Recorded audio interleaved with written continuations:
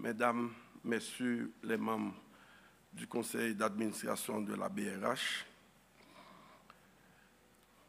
Madame la représentante de l'ONU Femmes, Madame la chef des opérations de la Banque mondiale en Haïti, Mesdames, Messieurs les hauts cadres de l'administration publique, Monsieur le Président de l'APB, l'Association professionnelle des banques,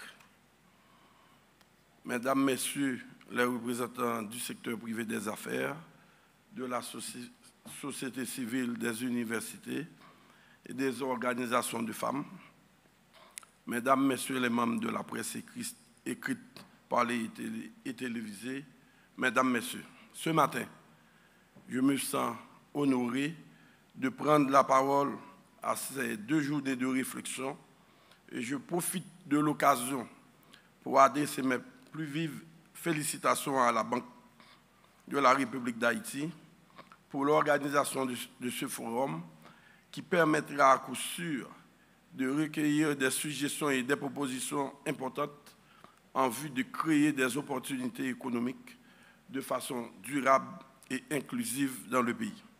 Mesdames, Messieurs, comme vous le savez sans doute, l'instabilité sociopolitique aggravée par la crise sécuritaire de ces 2 dernières années constitue un frein au développement des entreprises et à la création d'emplois. En travaillant en synergie, je suis convaincu que le secteur public et le secteur privé peuvent trouver des solutions innovantes aux différents maux qui entravent le développement économique de notre pays.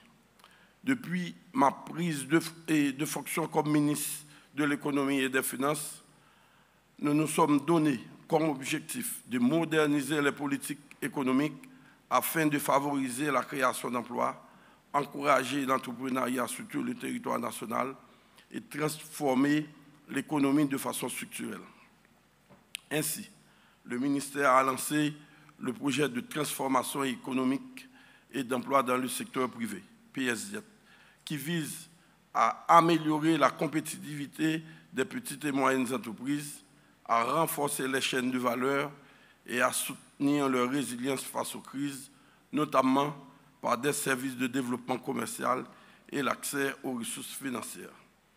Dans le souci de promouvoir l'insertion professionnelle des jeunes, le ministère a lancé le 14 août dernier le programme d'initiation des jeunes à l'emploi, permettant à des jeunes venant des universités et écoles professionnelles de bénéficier des stages de courte durée dans le secteur public et privé rémunérés par le Trésor public.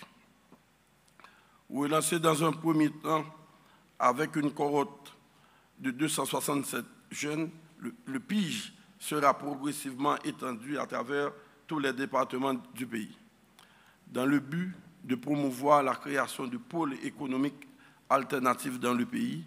Le gouvernement, avec l'appui de ses principaux partenaires techniques et financiers, dont la BID, l'Union européenne et le système des Nations unies, est en train de finaliser un plan de relance et de développement économique à moyen terme pour la période 2025-2030 pour la région Nord. À travers ce plan, nous comptons créer des milliers d'emplois et offrir des opportunités à des entreprises pour accélérer la diversification de l'économie. Nous savons combien il est extrêmement difficile pour les contribuables, les PME en particulier, d'avoir accès à la DGI et aux caisses de la BRH pour payer leurs obligations fiscales.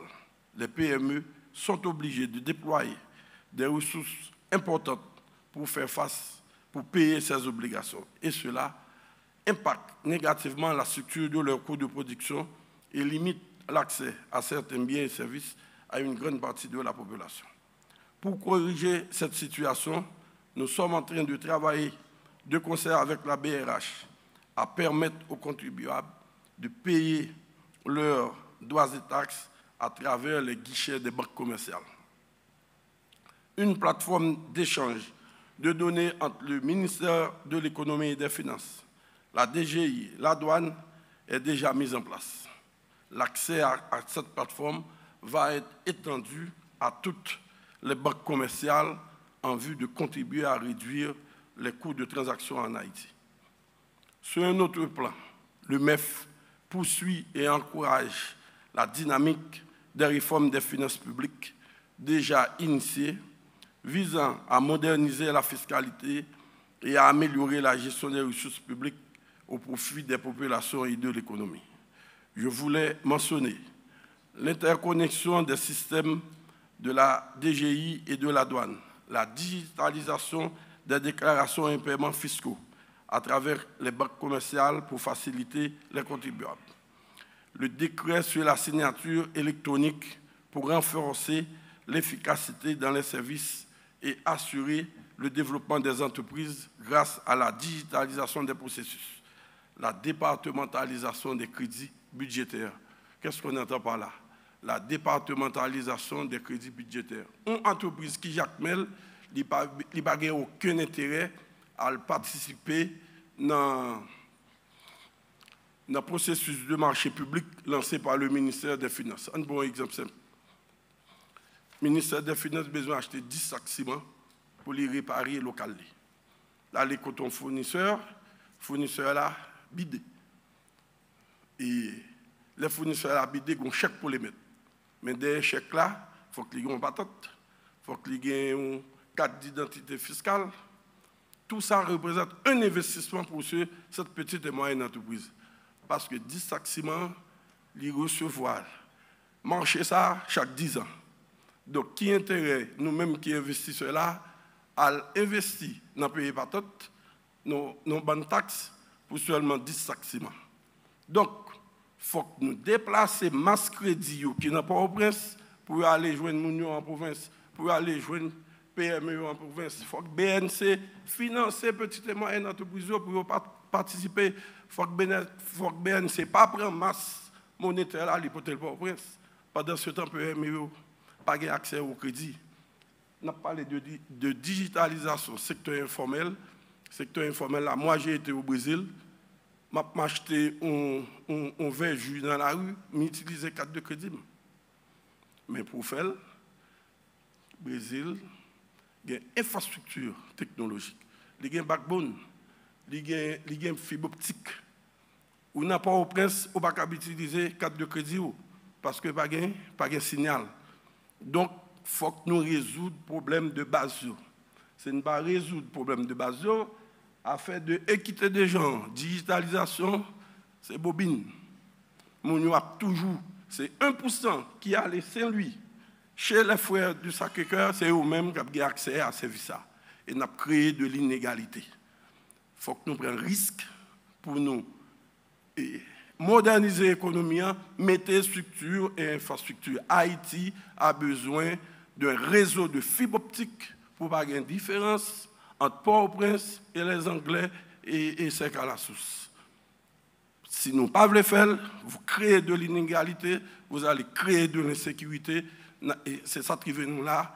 Nous allons vivre dans notre zone nouée, côté nouée là. Donc, le ministère des Finances, avec l'appui de la Banque centrale et d'autres partenaires, le ministère des Finances et les chambres de commerce, etc., nous sommes prêts à lancer les grandes réformes pour nous faire émerger en classe moyenne. En 2010, 7% de la population fait partie de la classe moyenne. Entre eux, classe moyenne, un monde qui a touché entre 400 et 4 000 $. Qu'on y a les cap 2%.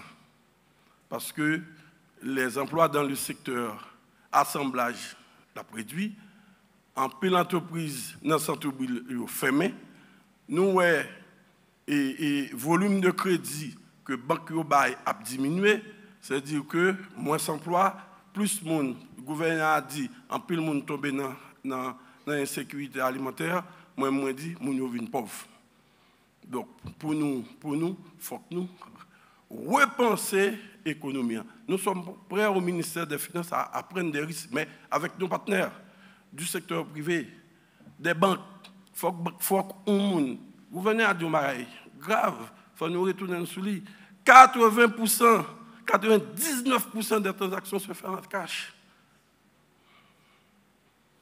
Où sont nos marques? Pourquoi ils n'offrent pas une carte de crédit aux consommateurs, à leurs clients? Qu'est-ce qui empêche? Nous sommes prêts à subventionner l'émission de ces cartes aux entreprises, aux professionnels. Le Trésor public est prêt à financer ça. 99% des entreprises utilisent le cash. Alors que le Brésil a fait une révolution en 6 mois et avec la Banque centrale du Brésil, et on a mis en œuvre une plateforme.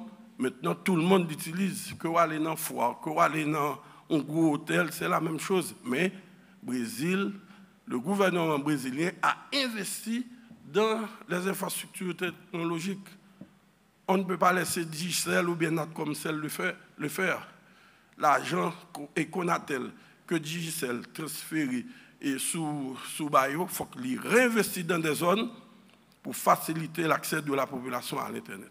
Quand on n'a pas fait digitalisation, l'Internet représente un coût extrêmement élevé pour qui intérêt aller dans le marché tabac et machin cap mobiliser beaucoup de ressources en une journée à l'utiliser en POS. Il n'y a pas aucun intérêt.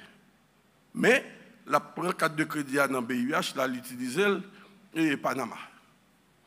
Parce que Panama investit dans les infrastructures. Donc, c'est nous-mêmes on peut parler de très bonnes choses, mais il faut qu'il y ait des actions. En dépit de la crise sécuritaire, le ministère de l'Économie et des Finances entend préserver la stabilité du cadre macroéconomique à moyen terme et poursuivre les actions de lutte contre les vulnérabilités sociales. Dans ce cadre, nous comptons renforcer nos efforts de recouvrement de recettes et de rationalisation des dépenses publiques, de sorte à assurer de manière soutenable et durable le financement des importants besoins, notamment en matière d'infrastructures socio-économiques et de lutte contre la pauvreté. Enfin, je souhaite à vous tous ici présents et en ligne une fructueuse participation aux échanges et discussions qui permettront de mieux saisir ensemble les opportunités en vue de créer des emplois et de la richesse indispensable au développement économique et social d'Haïti.